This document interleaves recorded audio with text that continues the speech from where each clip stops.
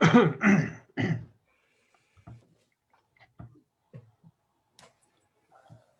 evening, everybody, and welcome to Story Hour.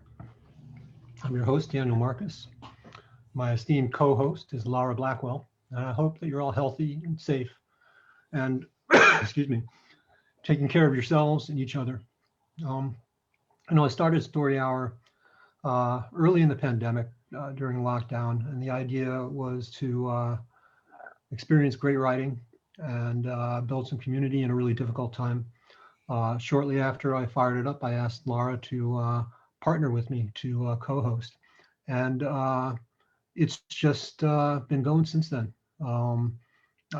Basically, what we do is we turn to an ancient and time-honored form of entertainment, which is people sitting around the fire telling lies. So every week we have two authors, about a half an hour each, doing exactly that. And each week we will offer a couple of brief PSAs suggested by the authors that suggest how, if you're in a position to help in any way your communities, if you're fortunate enough to do that, it's an opportunity to do that. So our readers tonight are Michael Conley and Daniel Braum. Michael is reading tonight from Mustard Tree, which is mustardtree.org.uk. Mustard Tree believes in a greater Manchester where everyone has the opportunity to be a connected, valued, and contributing member of society. They create opportunities for people to help themselves through providing practical support, friendship, connections into work, improvements to health and well-being, plus new experiences to encourage aspiration. It's mustardtree.org.uk. Daniel is reading tonight for belize.oceana.org. That's BELIZE.OCEANA.org. Oceana, founded in 2001, is the largest international advocacy organization focused solely on ocean conservation. They seek to make our oceans more biodiverse and abundant by winning policy victories in the countries that govern much of the world's marine life. So two really terrific organizations. And again, if you are fortunate enough to help out, please do so. So on with the show. If you're here via Zoom, please mute your mic, but feel free to leave your camera on if you're so inclined. And feel free to use chat. We do a little bit of kibitzing throughout the course of the readings. Our Facebook Live friends, of course, feel free to comment, but we can't see you, obviously. So we have a great program tonight, so let's get right to it. Michael Conley is a poet and short story writer from Manchester, UK. And he's here, he's in the UK right now, so it's super early in the morning. So Michael, really, thank you so much for burning the midnight oil for us. Michael's debut collection, Flare and Falter, was published by Splice in 2019 and was longlisted for that year's Edgehill Short Story Prize. Over to you, Michael. Thank you very much, Daniel. Yeah, I'd just like to say it's a real honour to be able to do this. Thank you for having me. I've been looking forward to it for weeks, really, since we've booked it. So yeah, I'm reading from Manchester in the UK. I've picked two stories to read, two stories of about 2,000 words length. One of them is from my debut collection, Flare and Falter, and one of them is a slightly newer one. And I've tried to pick some that I feel might translate across the Atlantic, really, whatever cultural kind of differences there might be. So fingers crossed that they make sense to you. I'll get started straight away. The first story that I'm going to read to you is called Roscoe and the Dead Thing. Roscoe was carrying the dead thing. The dead thing was in his possession now, and that was all that mattered. The dogs were following still, but at a wary distance. He'd have felt better if he'd had some sausages to throw them, but he could hardly blame himself for that. None of this had been planned. What was he supposed to do? Put raw sausages in his inside pocket every time he left the house, just in case? He laughed to himself at the unreasonableness of the thought until the laugh became a cough. It was a hot day, so his progress was slow. He estimated he was another 10 minutes from home with the cold shower, the air-conditioned living room, the big humming chest freezer in the garage. His feet burned inside his unsuitable footwear. His armpits burned where his damp t-shirt bunched underneath them. The chafing at his inner thighs burned whenever his jeans rubbed against them. It wasn't helpful that the dead thing was so heavy, its distended belly pressing warm into the back of his neck, the long limbs draped over his shoulders like a winter stole. Most of the looks he was getting from others for carrying the dead thing were looks of confusion. Some, he felt sure, were envious. The length of the dead thing meant that anyone passing him on the pavement was required to step into the road in order to get past. Mainly, people didn't seem to mind this, and Roscoe felt that he just needed to proceed with confidence, as though his possession of the dead thing on the street was a completely ordinary occurrence in this city. Roscoe had often found that in a city you could do pretty much anything you liked, no matter how weird, as long as you carried yourself in such a way that would make anyone else feel weirder for trying to challenge you. That had been his first thought upon seeing the dead thing, besides his overwhelming desire to possess it. Who is going to stop me from having this? This presented itself not only as a rhetorical question that gave him permission to take it, but also as an immediate and practical problem to be solved. He had spent the last half an hour of his walk rehearsing responses to anyone who might ask him to relinquish the dead thing, and he continued to do so now. The easiest scenario, his favourite, was the imagined confrontation with the owner of the Ribs and Wings restaurant behind which he had found the dead thing. "Excuse me, but I'm the owner of the Ribs and Wings establishment, and I believe that belongs to me," the owner of the Ribs and Wings restaurant would say. "Oh, it's yours, is it?" Roscoe would sneer without breaking stride. "Well, I'm sure the local press and the health inspector will be very interested to know the real ingredients going into your kitchen." This one ended with the restaurateur crumpling in abject apology immediately, and actually ending up paying Roscoe a small fee for having taken the dead thing off his hands. Then Roscoe rehearsed what he would say to the police. "Yes, officer, this belongs to me. No, officer, it's made of ultra-realistic silicone. Yes, officer, it's for a play I'm doing. Well, if it's upsetting people, officer, yes, I'll just take it home immediately. That was certainly not my intention." The key here was to make the police officer feel as though he was in control at all times. It ended with an impressed police officer poking the dead thing in the side with his index finger and marveling at modern technology, then giving both Roscoe and the dead thing a lift home in his squad car. The only scenario Roscoe was struggling with, where he still wasn't entirely happy with the projected outcome, was the Catholic priest. "This is stealing, my son," the Catholic priest would say. And when Roscoe tried to explain that taking something that had already been thrown out wouldn't technically be classed as stealing, the priest just raised his bushy grey eyebrows, as if to say, "Don't you think Jesus Christ has time for technically, my son?"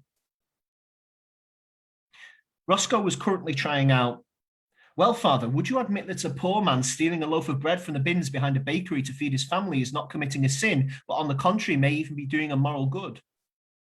But in his heart, Roscoe knew that any good priest would spot major weaknesses here.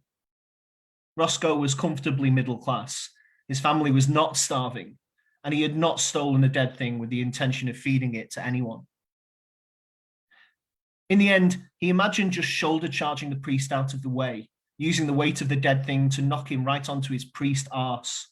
But he was aware that this approach might cause more problems than it solved. Roscoe resolved just to be extra vigilant for priests. Roscoe had never felt this strongly about any other object or person in his whole life. He wondered if this was what true love felt like. Certainly after less than an hour of first seeing it, he now couldn't imagine life without it. Still, he didn't really know what he was going to do with the dead thing. He didn't even know what the dead thing was a dead example of. He wanted to say it was a merman. The overall humanoid shape suggested it, and a long, soft mane around what he assumed was the head, and of course the solid gold trident, which he had reluctantly left behind the ribs and wings restaurant. But then it had two appendages that looked more like legs than a fishtail, and the blue-green iridescent feathery fluff that covered most of its body suggested more that it was a land creature, maybe even avian. The dead thing / merman also didn't seem to have any genitals or orifices from which to respirate or defecate, but this didn't bother Roscoe too much.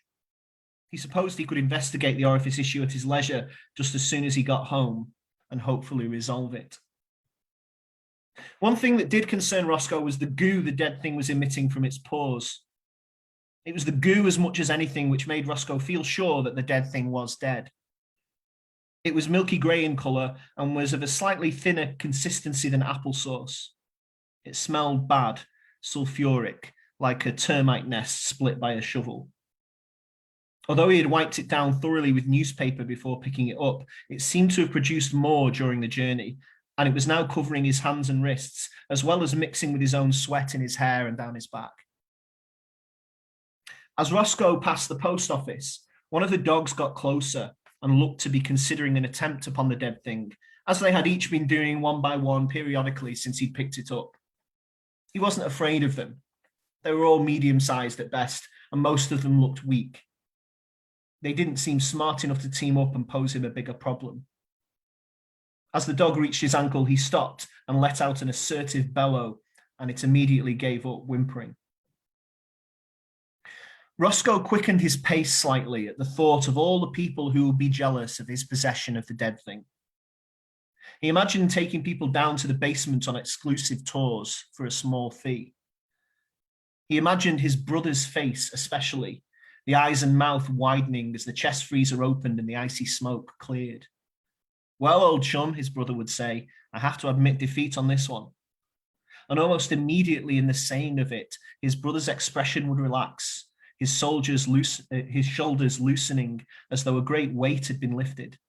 And he would say the first honest thing that either of them had said to each other in their lives.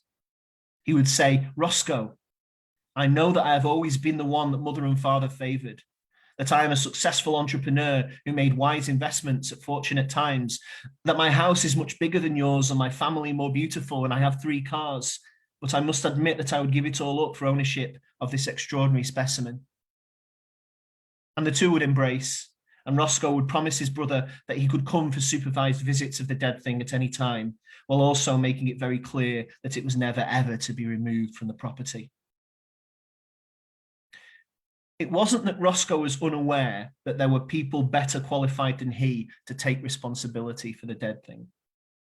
Scientists, certainly, who would be able to find out for sure whether the dead thing had been a merman and how it had died and what exactly the goo was made of and whether the goo was toxic to humans.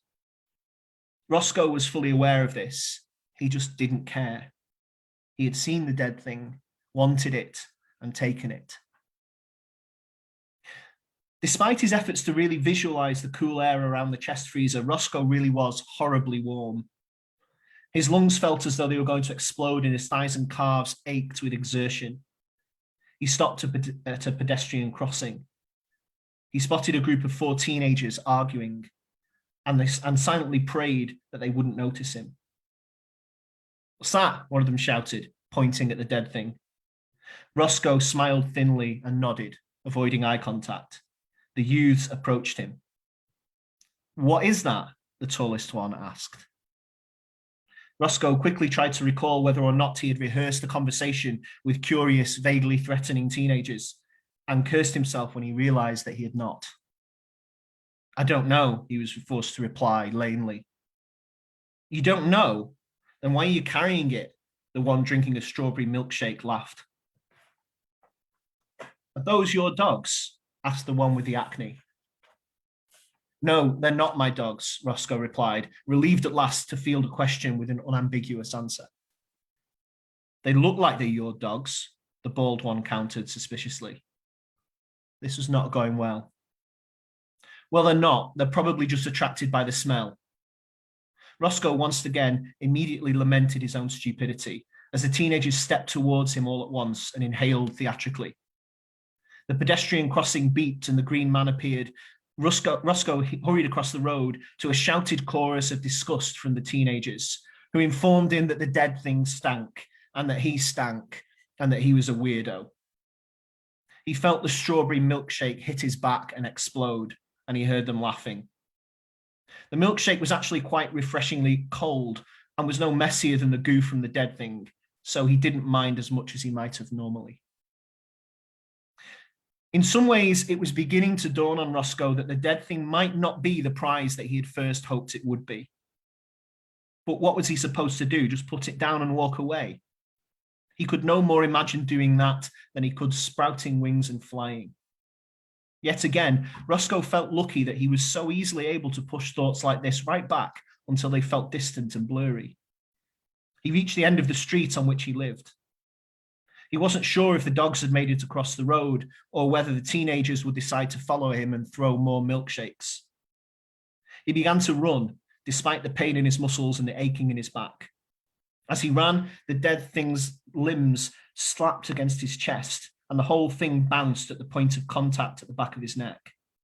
Each bounce seemed to release more goo than usual until, in his front garden, the dead thing became too slippery to continue to hold, and it plopped onto the lawn like a dropped bar of soap. He attempted to pick it up, but he couldn't get purchase. Roscoe crawled to his front door and sat with his back resting against it. A bird lit upon the dead thing and began pecking at it. He shooed it away.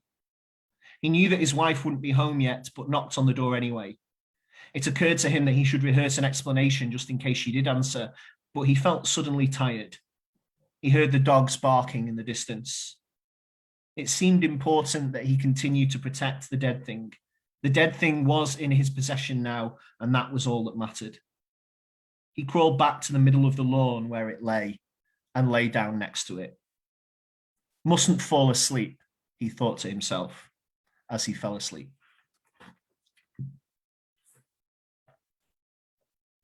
Thank you. The second one is one that I'm going to read from a book. The second one has quite a long and unwieldy title.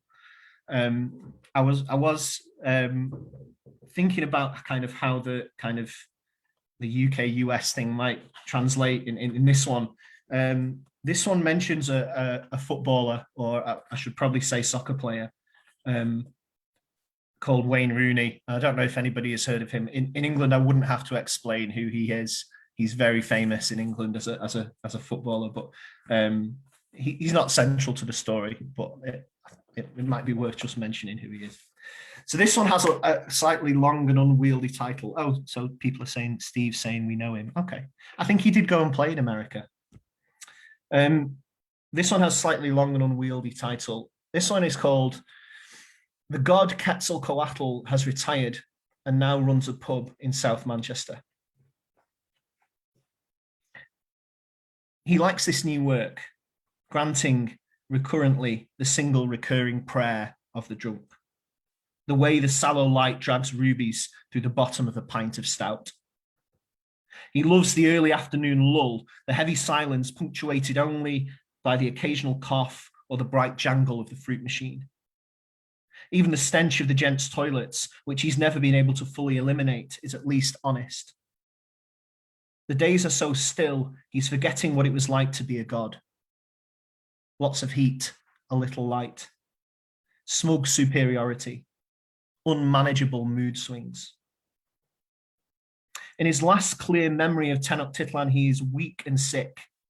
As his people succumb to Spanish thunder, they inevitably lose the faith that sustains him. The conquistadors toast their victory in the sizzling night. His last loyal high priest hurriedly sews together a working human body from the butchered remains on the streets and then leaps, jacketed in flames, from the sacked city's tallest tower. He inhabits the body, not quite like putting on clothes, more like a puppeteer insinuating himself between the cells of a puppet and learning to master woodenness. Then one final choice before his omnipotence disappears forever, a time and a place far from here. He wakes up naked on the pool table of the Three Arrows, a crowd of people laughing at him. They think he's the new landlord and estimate that he's in his late 50s, and he doesn't contradict them. That was 3 months ago. He's decided on an English name he can give in case anybody asks, but nobody has yet. If the first adjustment to being mortal is to fear death, the second is learning to ignore that fear, reducing it to a perpetual but far away alarm. He can't believe how often his body reminds him of its own meatiness, its slow decay, but he quickly picks up the ways to mask or delay it: toothpaste, hair dye, deodorant, wet wipes. Everything else is easy. He acquired the essentials of the language within days, though even now there are those who narrow their eyes and ask if that's a hint of foreign they detect in his accent. He smiles enigmatically. Sometimes they make him put the football on the TV. His favourite camera angle is the one from above, where the men are 22 blobs of colour and you can watch them swirl like phosphines. Then he discovers player cam, pressing the red button on the remote control to follow just one footballer for the whole match. He always selects Rooney. He admires that straightforward ugliness, the loosely tethered simmering violence. He likes it when Rooney is watching and chasing something off screen. When Rooney receives the ball, looks up, releases it again, receives the ball, looks up, releases it again. He doesn't care where the ball is when it's not in Rooney's orbit. He dismisses any complaints from the patrons, doesn't understand.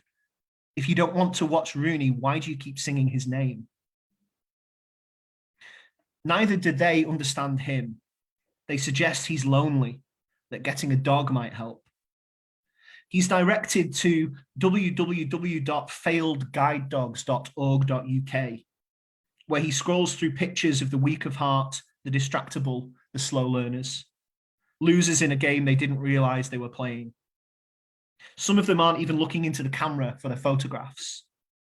They probably all think their noses are just as wet, their coats just as glossy as the other more successful dogs. He clicks on a picture of Axel, who has no eyes but does not let this affect any aspect of his life. He finds Axel's attitude unquestionably admirable, but he imagines waking up to discover the dog sitting at the top of the stairs, tongue hanging out, black sockets fixated inaccurately upon him, tail thumping on the landing every day until one of them is dead. The thought repulses him. After he makes it clear to the patrons that the dog is a no-go, they started trying to find him a partner. He has no desire to share his bed with the dead weight of another human body, and he doesn't need help sharing out tasks. Eventually, he buys a picture frame and leaves the stock photograph in it, a black and white headshot of a dark-haired woman in her early 40s, lip curled up over her top teeth in a smile. He names her Shirley, after a Billy Bragg song on the jukebox. Now, whenever anyone tries to hint about their lonely friend or family member, he shrugs, nods towards Shirley, and leaves a pause. He doesn't know what conclusions they reach, but it tends to work. He wants them to think it's complicated, over but not his fault, and not because he harmed her. He doesn't think he would ever have harmed Shirley. When the election arrives, he regards the concept of democracy with interest, and with all the experience of a former god, concludes it's a bad idea. There's a man in his pub who comes in every day and stands behind the dartboard with his dog and a pint of mild. The man breathes loudly through a partially blocked nose, but he never speaks, except when someone asks him to move because they would like to play darts, in which case he tells them to fuck off. That man's vote counts exactly the same as everybody else's. He doesn't think much of either party, but he does notice that the most objectionable people in the pub all seem to belong to the same one, so he registers in order to vote for the other. He marks his X with a pencil tied to a piece of string, in the privacy of a booth, as though it's dirty behaviour. He looks at the pencil and the string. How can we be trusted to elect leaders if we can't be trusted not to walk off with the pencil? He rips the ballot paper into several pieces and tosses it into the air. He kicks out at an adorably tiny plastic chair as he stalks out of the primary school. It skitters across the hall and collides with a display of many carefully cut out and coloured in disembodied hands. He doesn't even watch the results on TV. Someone is murdered outside his pub during the night, but the murder has nothing to do with the election. The police don't tell him much, and he has to leave the dark stains on the wall and pavement for a few days before they allow him to hire a steam cleaner. It makes the local papers, and now his pub is that pub that someone was hacked to death outside. The regulars still come, but he doesn't see any new faces for a while. He starts having nightmares, all on the same theme. Sometimes he's the murderer, feeling the buttery yield of flesh to machete. Sometimes he's the victim, trying and failing to keep from spilling himself all over the concrete. One time, he's the high priest back home, sinking the obsidian knife into the chest of the Virgin and squinting at the clouds as he lifts out the dripping heart. Whenever the dreams jolt him awake, he invents a happy childhood for himself, a mother with a lavender scent, and pretends to recall the sound of her lullabies. At this moment, he does regret there is no one he feels he can talk to about his situation. He reads in a supermarket tabloid that there is a woman in Leeds who claims to be the mortal incarnation of Pallas Athene, the ancient Greek goddess of wisdom. There is a photograph of her standing on a crate in Leeds city centre. And just from the look of her, he finds it hard to believe her claims to divinity. But then again, he isn't much to look at himself these days either. He catches the train to Leeds and finds her. She is standing on her crate, wearing an off-white bedsheet fastened at the shoulder with a golden brooch. People walk by without even looking as she shakes her shriveled pomegranate fists at them. He smiles at her and holds out his hand. Imperiously, she takes it and steps off the crate. He looks into her eyes. It's immediately very clear to him that she is not Pallas Athene or any other deity of any stature. He buys her a coffee anyway. He tells her he is the mortal incarnation of Quetzalcoatl, the Mesoamerican god of wind and learning. She nods. He asks if she'd like something to eat. She orders a tea cake. He asks if there's anything she'd like to know. She pauses, shakes her head. Then she asks him how many times he thinks the world has been destroyed by wind, flood, fire, then recreated again from nothing. He says that as far as he knows, this is the 5th time, but he can't be sure. She nods again and seems content. He wonders if his own claim to be the mortal incarnation of the god Quetzalcoatl is even accurate anymore. It seems a very long time ago, and he feels tired. Pallas Athene offers him a bite of her tea cake. They part as friends in the city centre, and he helps her back up onto her crate. On a whim, he decides to abandon the pub and instead gets a taxi to the airport. He arrives in Acapulco in the early hours of the morning and finds himself on the beach. Miles of bleached sand, no reference points. He thinks of staging a photograph.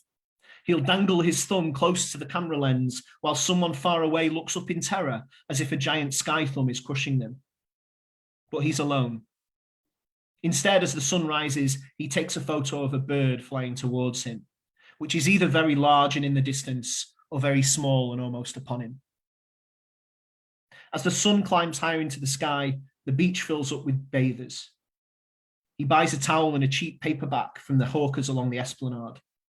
He wriggles on the towel all morning, trying to read his novel, arms like pink swan throats. The craning gives him neck ache, and he's conscious of passers-by staring at the squat beanbag of his genitals inside his underpants. On his front, the sand chafes his elbows and the glare on the white pages makes him squint. On his side, he has to balance the novel and it keeps falling over. Teenage divers shout from a tall sea stack. He wishes them a rocky landing. In the distance, motorboats skitter across the bay like mayflies. He gives in and takes the 6-hour bus ride to Mexico City. He uses a consumer review website to find somewhere good for an evening meal. He scrolls through all the 1-star reviews he can find for hotels and restaurants in Mexico City. On the page of a well-known hotel chain, the management seems to have been employing a customer service liaison to address the complaints. Complaint. While we were trying to relax in the jacuzzi, we overheard some contractors shouting insults at one another. Complaint. We waited 10 minutes for a valet and in the end just unloaded the car ourselves. When we complained to a manager, he looked at us rudely, saying nothing, which left us feeling angry and humiliated. Complaint. When we paid our bill in cash, the lady ostentatiously checked that our money was not counterfeit. After a while, the complaints become exhausting. Complaint. The smoke detector in our room was covered with what appeared to be a shower cap. Eventually, he finds the page for a cheap place just off the Zocalo. He comes across a 3-star post from Don H. Try the scallop ceviche. Nana had tacos, which she shared with me. It was so nice to be out together. He feels a sudden rush of love for Don H. He clicks on the profile, but apart from one thumbnail of a white middle-aged man with glasses, he finds only this review. There is nothing on social media either. He rushes to the restaurant. The waitress says she doesn't know any Don H and she doesn't recognize the man in the small picture. He orders the scallop ceviche. It's the best thing he's ever tasted. Later at the hotel, he picks up a leaflet for a guided tour of the ruins of Tenochtitlan. He studies the black and white picture of the Temple of the Feathered Serpent. He barely recognizes it. Tomorrow, he will climb it and lie on its flat top, feeling the warm stone prickle his skin. For now, he insists upon a city view room where he can see a pharmacy, a German pancake house, and, as night settles, the anonymous yellow city lights, which for the most part wink out in the early hours, it not being a weekend or a public holiday.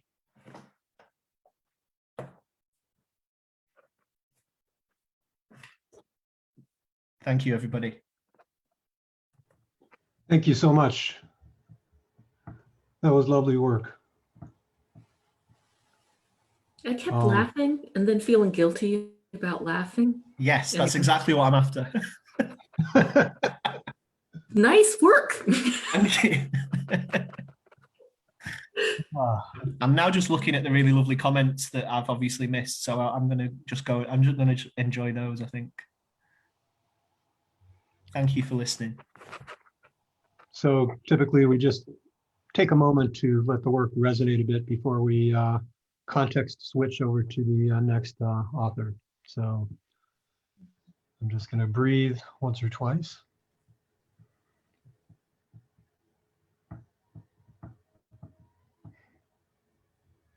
Thanks again, Michael. That was great. Daniel Braum is our next reader. He's the author of the short story collection, The Night Marchers and Other Strange Tales, The Wish Mechanics, Stories of the Strange and Fantastic, and the Dim Shores Press chapbook, Yeti Tiger Dragon. His third collection, Underworld Dreams, was released by Leith Press in September 2020. His first novel, The Serpent's Shadow, was released from Cemetery Dads in July 2019. He is the editor of the Spirits Unwrapped anthology from Leith Press and the host and founder of the Nighttime Logic reading series in New York City, which can also be heard on the Ink Heist podcast. His fiction has appeared in numerous markets in places ranging from Lady Churchill's Rosebud Wristlet to the best horror of the year. He can be found online at bloodandstardust.wordpress.com, facebook.com/Daniel Braum Fiction, and on Twitter at Daniel Braum. Daniel, take it away. Thank you so much. Thanks so much for having me back at Story Hour, and this is a great event. I really enjoyed listening to Michael. Great job. As Daniel mentioned, my most recent book is Underworld Dreams from Leith Press. But those stories are all long and slow burn. So I'm going to read a story from The Night Marchers and Other Strange Tales, which was my first collection, which came out just about 5 years ago. So I'm happy to revisit it. And the story originally appeared in Lady Churchill's Rosebud Wristlet from Small Beer Press over a decade ago. So I'm feeling old.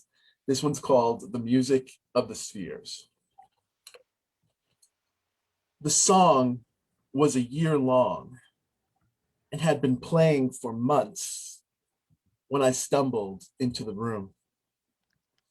Sometimes I imagine I'm still there, my hands chasing the shepherds up and down the keys on late August afternoons, especially when the cicadas are singing. I think I'll never drive the spiraling refrains of his song from my mind.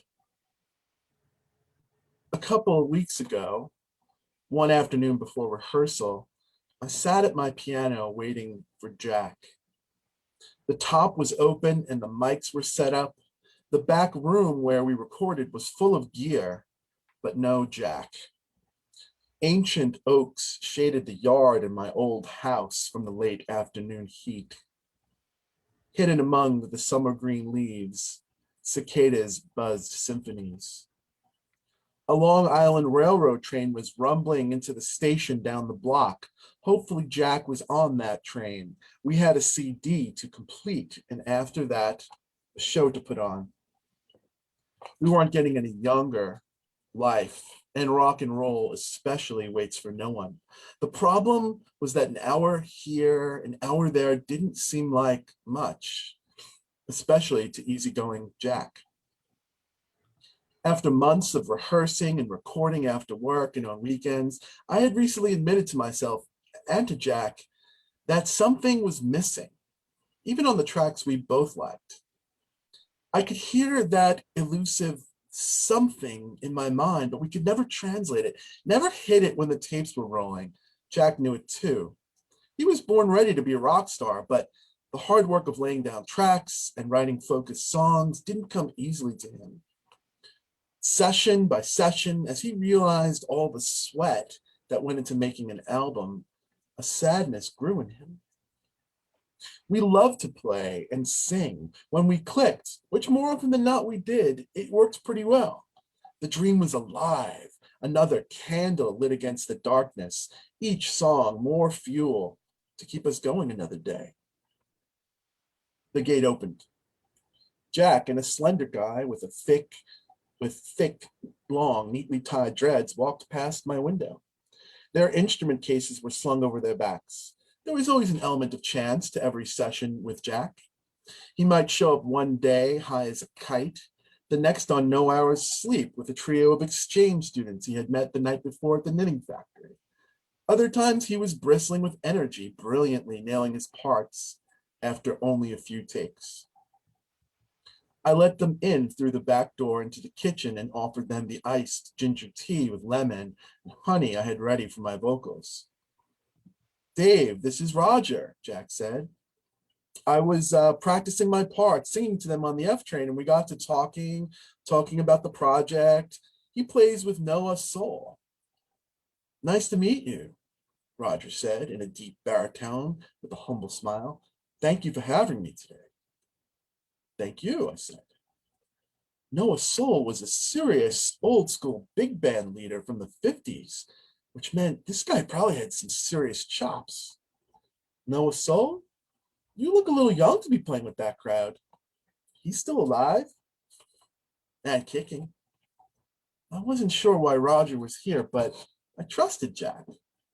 I also trusted him to make colossal, yet heartfelt mistakes. "Shall we?" I said.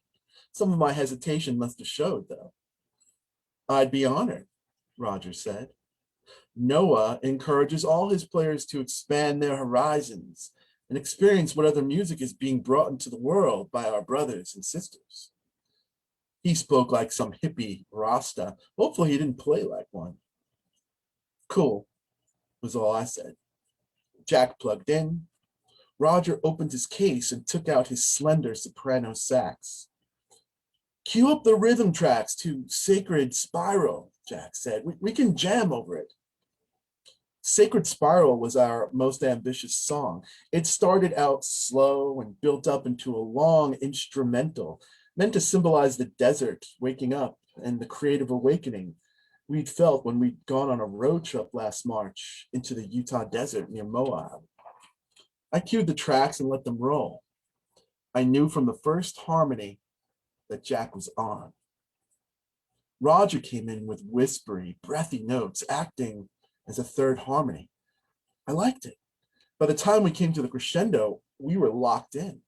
Roger was making runs and trading trills with Jack as if they had been playing together for ages. Run it again, Jack said. This time, roll the tapes. Already on it, I said. We recorded our next take, and it was good. Real good. Not what I originally had in mind for Sacred Spiral, but I thought it might even be better.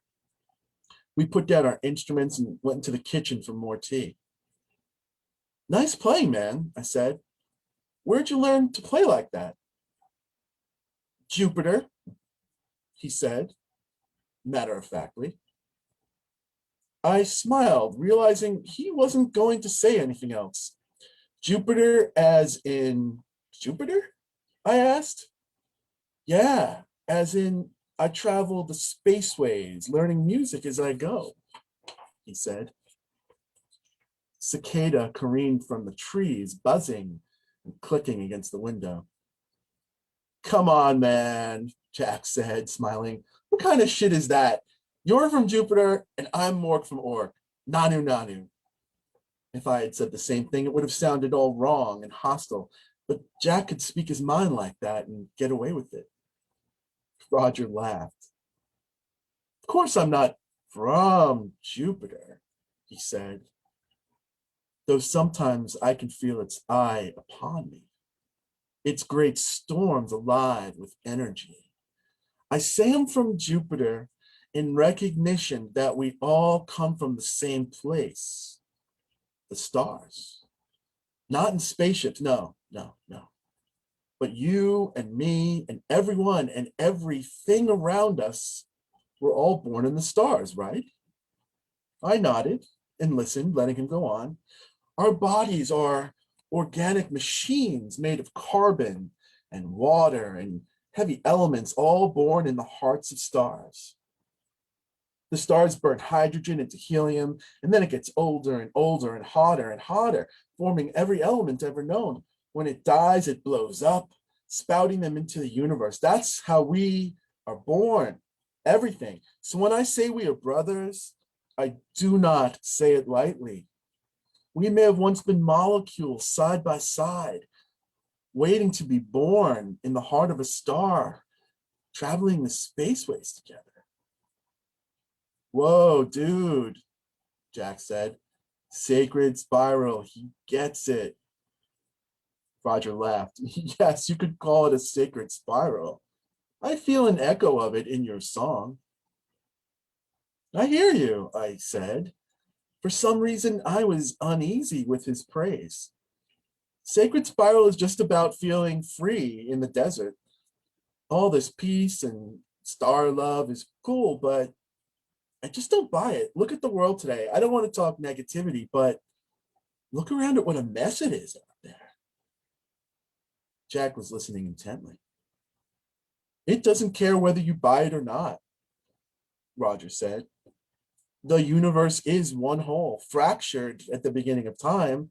All this fussing and fighting, it is just the universe trying to find its way back together again. You may not know it is so, but it is so. You touch this truth in every pure moment you have ever experienced, in everything true, like our playing just before. I didn't have anything to say to that, but Jack looked really awestruck. Roger packed up his case and thanked us for the jam. Our ensemble meets at 55 St. Robinson at the corner of 10th, he said. We're always there. He shook my hand, hugged Jack, and left, whistling the melody to Sacred Spiral. Man, he can really shred, Jack said. And he's heavy. He makes sense. But he didn't make sense. And I didn't like to think that Jack had been buying into all of it. I sensed a heartfelt disaster coming on.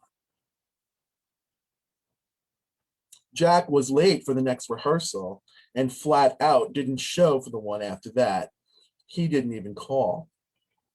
Instead of working on the tracks or returning long overdue calls or going to see my new niece, I spent time in the basement. I'd been building Jack a guitar. He'd picked out the body and the paint job a few months ago and probably thought I'd forgotten about it. I'd bought 2 sets of pickups and the new solid one-piece neck.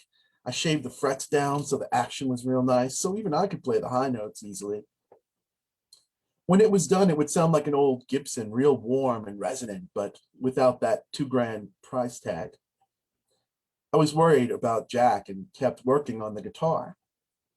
Though all the elements were there, I just couldn't get it together. Couldn't get the wiring right. After a few days, I put it away and kept calling Jack until I got him on the phone. He hemmed and hawed about being busy and told me everything was fine. I could tell it wasn't. So I told him to please just talk to me and to cut the shit. All right. I've been jamming with Roger and Noah Soul. How's that been going? I asked. I'm sure it came out angry, but I was genuinely curious. Going pretty good, all things considered. Like what? Like demanding precision from imperfect machines. But we're trying. What kind of shit is that? Yours, he said. It's one of my favorite lyrics of yours from, the sessions 5 years ago. I was flattered to be quoted, but embarrassed I'd forgotten my own lyric. The song was about unrequited desire and imaginary relationships, but I didn't know what the hell he was talking about. Thanks, man, but what's the deal? You don't show up. You don't call. Is it the record? You think we can't pull it together? All right, sorry, man. I'm sorry. I don't want to bum you out. You know that, right? Tell me you know that. I did, and I told him. It's like this. It's kind of hard to explain. He's got a band. Anyone can join. Dude, you could if you wanted to. There are lots of members. They rotate in and out, but it's one song, one massive, super long song. I'm going to be rotating in soon. What about our record?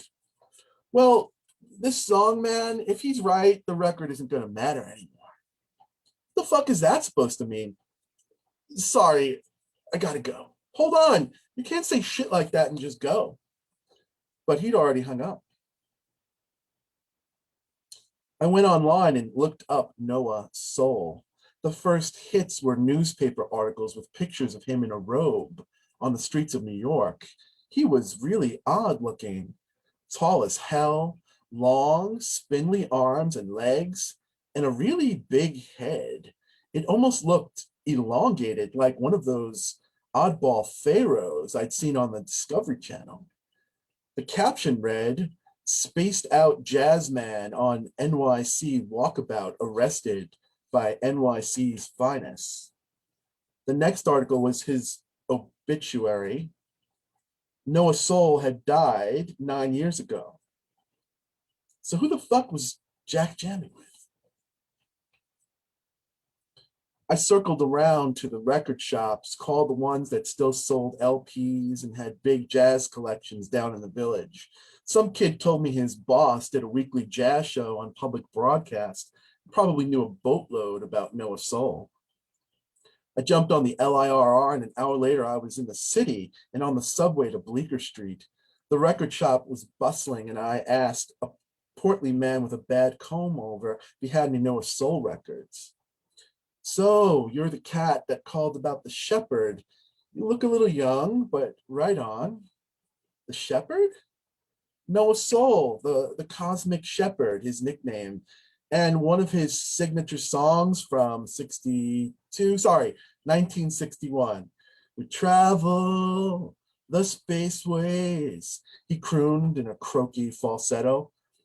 Soul used to be a straight up bebop guy, but if you can believe it, until he started getting into that effed up mysticism shit, he was new age before there was even a new age.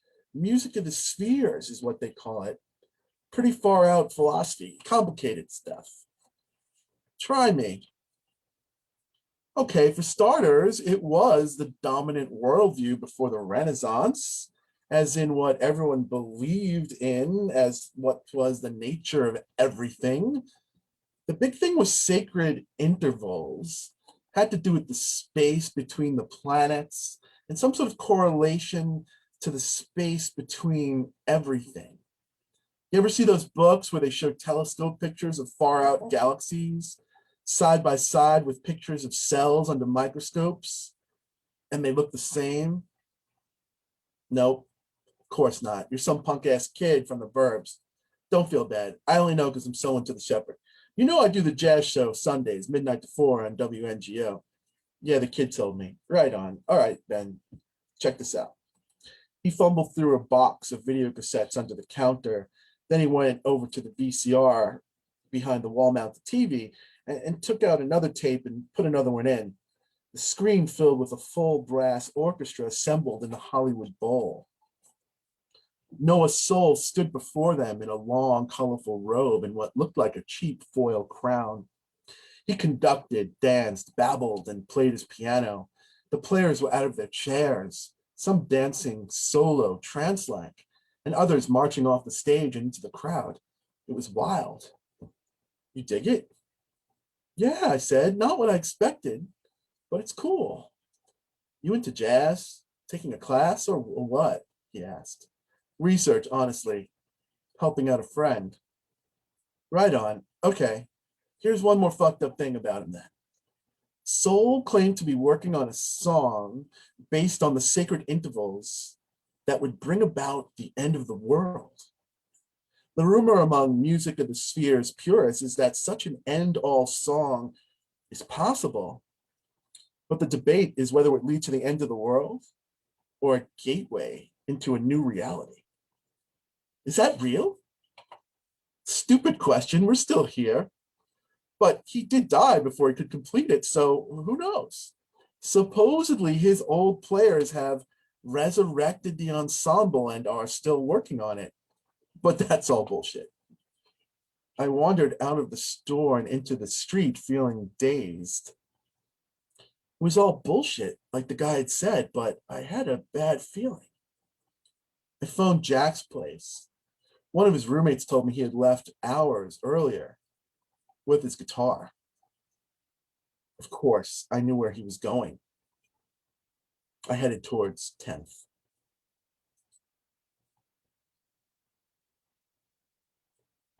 St. Robinson was a tiny side street right at the base of the meatpacking district where renovated warehouses, now chic and trendy lounges and eateries, mingled with the meat and fish distribution centers.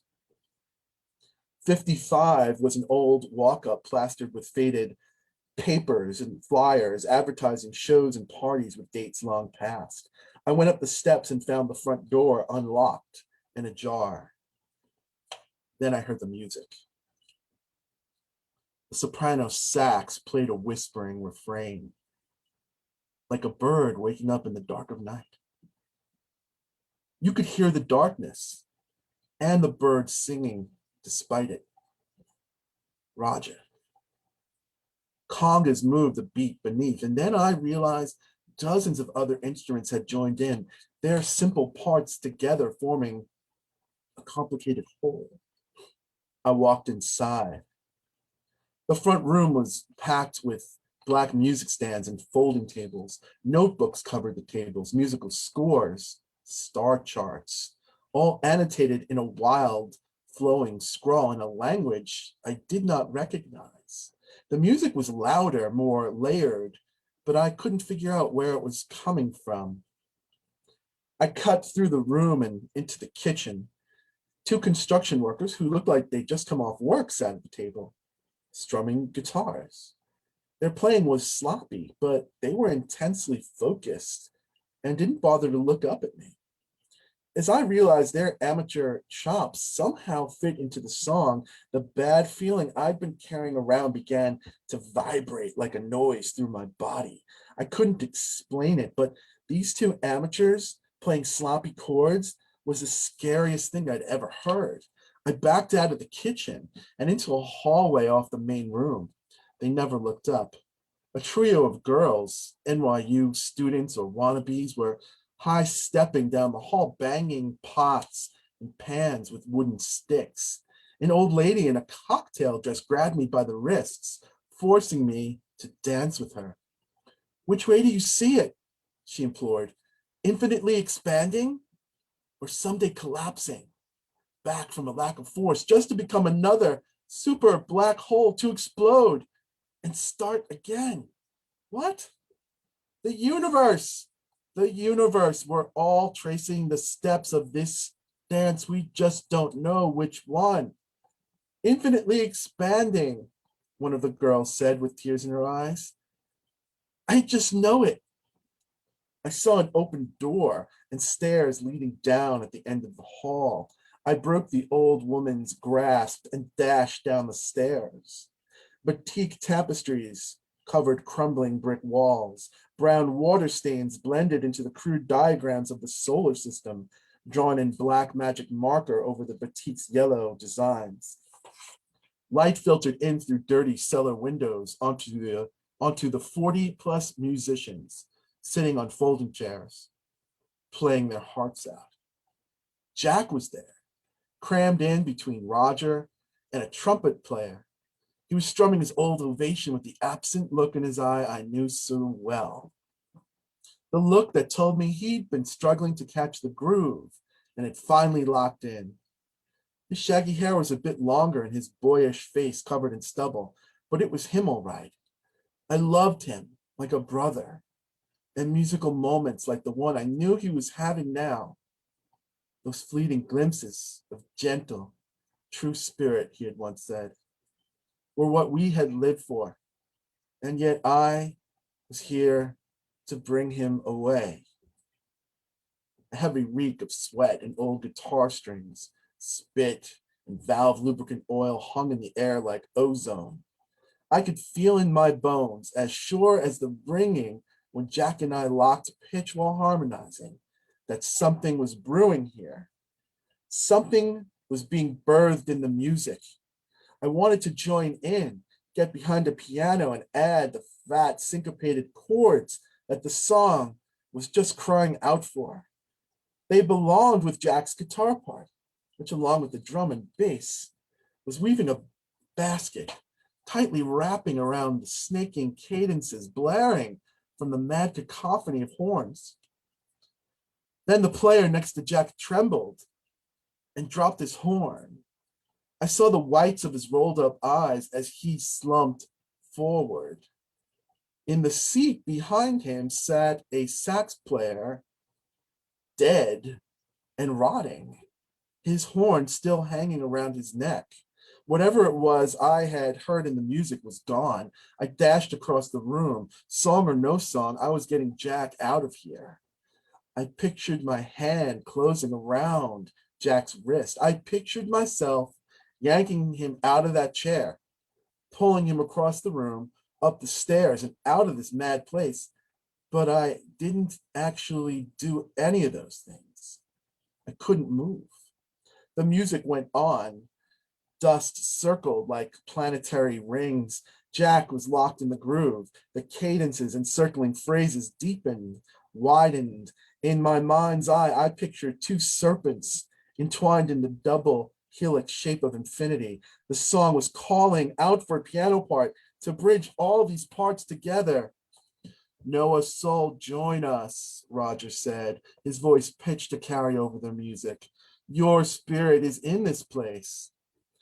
There was an old piano against the wall. I could sit there for a moment, play a few chords just to see what they sounded like, and then I could do whatever it was I had come here to do. I sat at the bench, my hands across the keys, I let them hover there, waiting to catch the downbeat to come in. My hands tingled like they'd been asleep and were now waking up. I thought of Noah's soul, asleep at this very piano, groggily waking up to the jamming refrains of his beloved band. My hands were on the keys, a big fat chord, my thumbs grabbing the black keys, augmenting the seconds, filled out the tones with a slight dissonant that rang over the drums.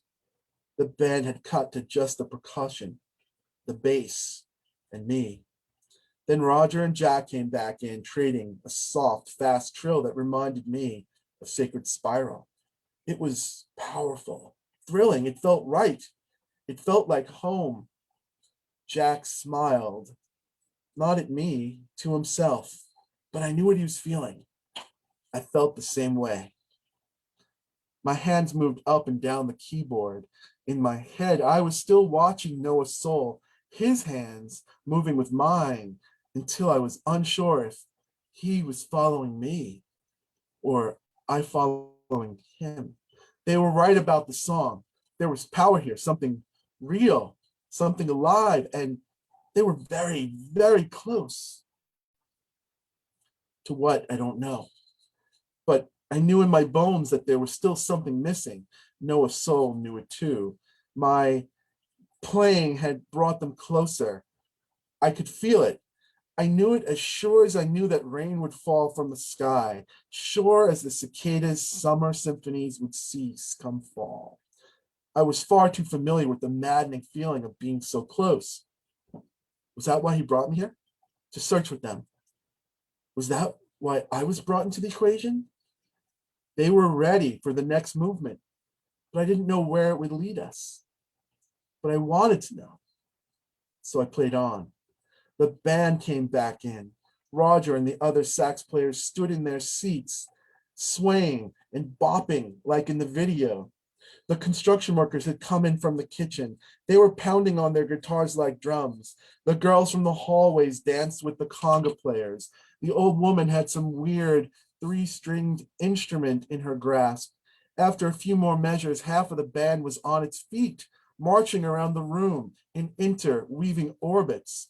I stayed at the piano. I couldn't see Jack anymore. I craned my neck and saw a trail of musicians marching up the stairs. The dead guy was on the floor in front of his chair. We flung the song outward with all of our intent, and in that instance, I knew what the crying girl had meant. The universe was either going to infinitely expand into the blackness of the void in an eternal wave of creation, or when we stopped, it would finally collapse back onto itself. Which one would it be? I didn't know. No one knew. But the song was on the trail. I kept playing. I closed my eyes, and when I opened them, the last of the musicians were disappearing up the stairs. My cadences slowed. I rang out chords, and with each of them, I thought of something true. My first love, my parents, my brother, my newborn niece, Jack. These things were true. These things were expanding, racing into the future. I kept playing, letting each chord ring out until it was no more, then replaced it with another. Noah's soul watched, then he too was gone, and I was left with the fading sustain of my last chord and the settling dust in the last of the sunlight. When I stopped, I was alone with a dead guy in an abandoned building. I felt I had done something, but I wasn't sure what. Some decision had been made, but I wasn't sure what, or even what all the choices had been. The next night, I received a call from Jack. "I'm going to Jupiter," he said. "I want you to come." I listened. I didn't say a thing. He knew my answer was no. "I'm going to be okay. Maybe after Jupiter, it will be a new galaxy." "Why don't you stop by before you go?" I asked. "I can't, dude. That's why I'm calling. I gotta go." And that was the last I ever heard from him. The world didn't end, obviously. I wouldn't be writing this. Part of me hoped that Jack would turn up a few months later, living with his sister in North Carolina, or with some fling of the month in Jersey City or Amsterdam, all of which had happened before. But it's been 16 years. I don't think I'll ever see him again. I finished the CD. It's cool, not what I envisioned, so be it, but I think of Noah Soul's song all the time. I hear it in everything, everywhere. In the dark of night when Jupiter is shining, and especially on late August afternoons when the cicadas are singing, and I go into the basement to continue my endless tinkering with that old guitar I never got to give to Jack. The end. Thank you so much.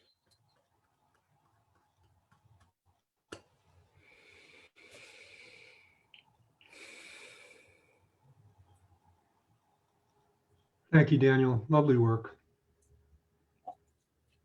And Michael, thank you as well. And Laura, my amazing co-host, partner in crime, thank you for partnering with me on this adventure every week. So stay safe, everybody. We're done for tonight, but we'll be back next week with Samantha Mills and Sonia Falk. So until then, be well. Good night.